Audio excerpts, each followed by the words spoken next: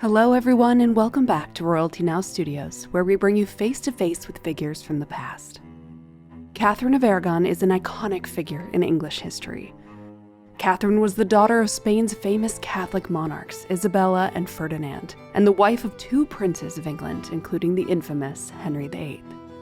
But what did Catherine really look like? Movies and TV shows rarely portray her correctly.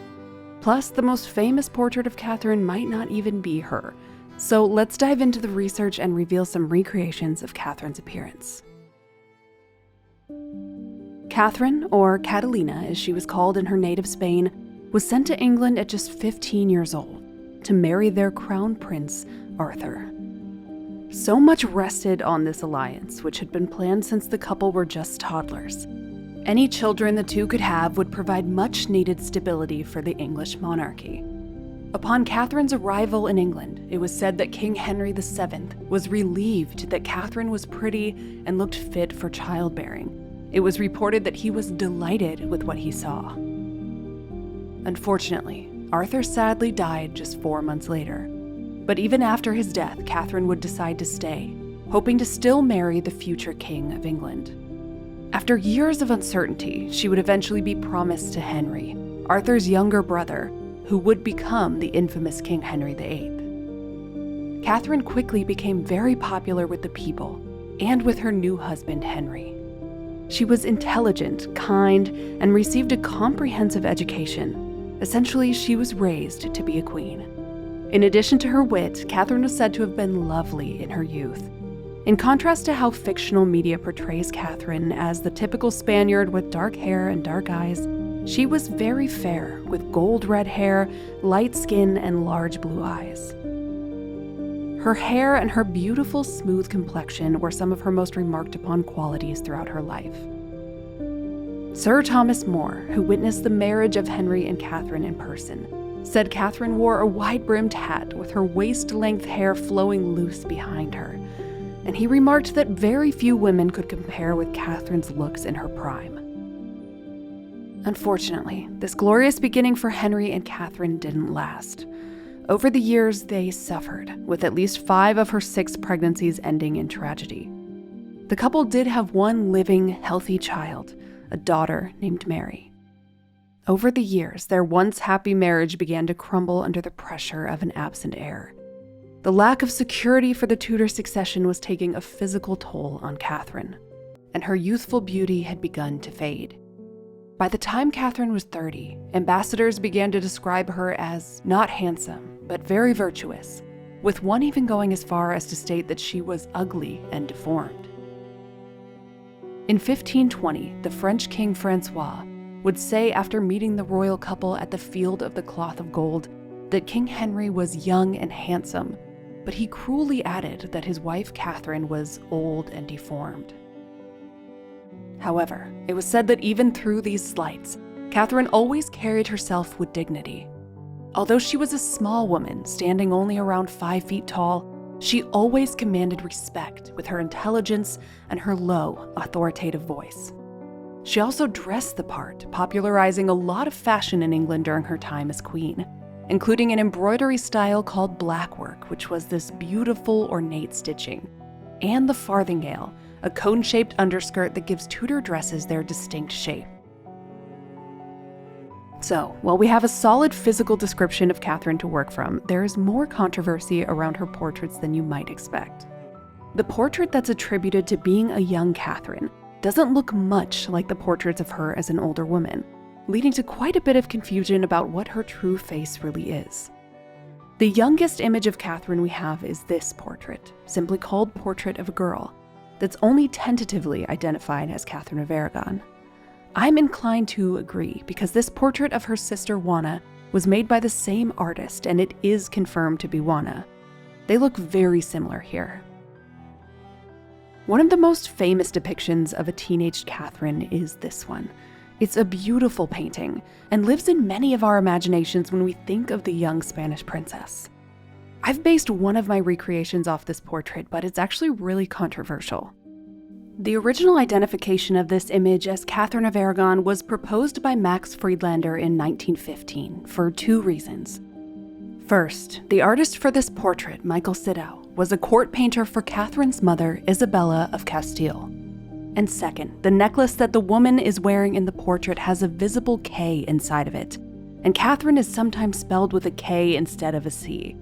This led Friedlander to confidently identify this woman as Catherine of Aragon. But, interestingly, the museum that displays this artwork actually has it labeled as Mary Rose Tudor. That's the sister of Henry VIII, and this is based on research done by art historian Paul Matthews, who discovered that Michael Sidow also had painted Mary Tudor around 1515, when Catherine would have already been 30 years old. Mary Tudor would have been engaged at the time to Charles of the Holy Roman Empire. Matthews asserts that the K in her necklace could stand for Carolus, the medieval Latin version of Charles. Either way, it's still up in the air as to who this portrait actually depicts. Luckily, we do have some confirmed images of Catherine later in her life. The first is called the Lambeth portrait from 1520. Until 2008, this portrait was identified as Henry's sixth wife, Catherine Parr, but it was re-identified by the National Portrait Gallery due to the style of dress that she's wearing. It was also found to match as a pair with this portrait of King Henry VIII. For reference, Catherine of Aragon would have been about 35 when this image was painted. Although I've made a recreation of this image, I struggle with it as a piece of art. We don't know who painted it, but both portraits in the pair are painted with medium skill. Features are cartoony and outlined rather than looking natural. It's a far cry from the later beautiful portraits by Hans Holbein. It's hard to find much similarity between this portrait and the others confirmed to be Catherine. The other versions we have are all miniatures by Lucas Hornbout, which is not ideal since they're painted at such a small scale that the facial accuracy just might not be there. Even with the three miniatures, they don't look consistent across each other, much less consistent with the Lambeth portrait.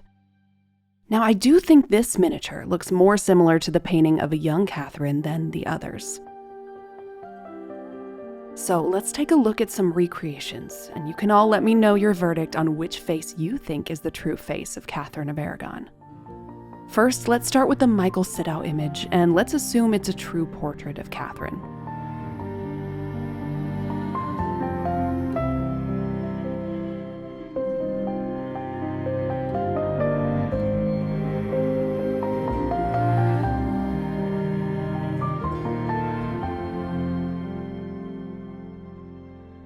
To me, this image looks very consistent with the descriptions of the young Spanish princess, round-faced and healthy with her beautiful gold-red hair.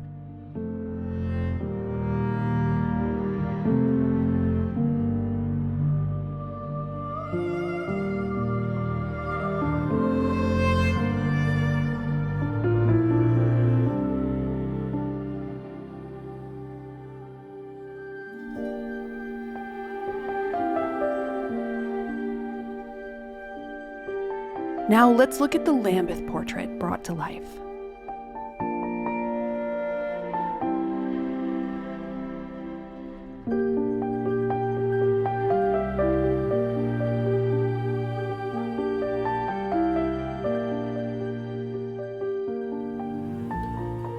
To me, there's hardly any similarity between this version and the young Michael Sidow image. However, let's recreate the features of the Hornbout miniature, which I think looks much more consistent. Before I made this recreation, I was actually of the mind that the young portrait was of Mary Tudor. She just didn't have the same features to me at all. But seeing this recreation, I can 100% believe that this is an older version of the young woman we have here on the left. It's made me a believer that this truly is a portrait of Catherine of Aragon. Look how well the proportions of their faces match up.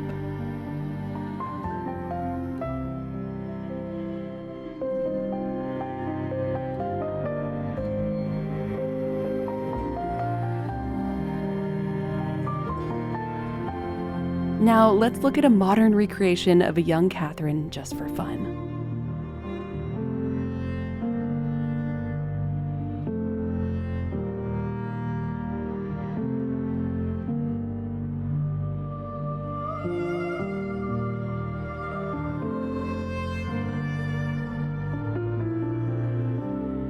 Thank you all so much for watching. I can't wait to hear your thoughts in the comments below, and we'll see you all for the next video.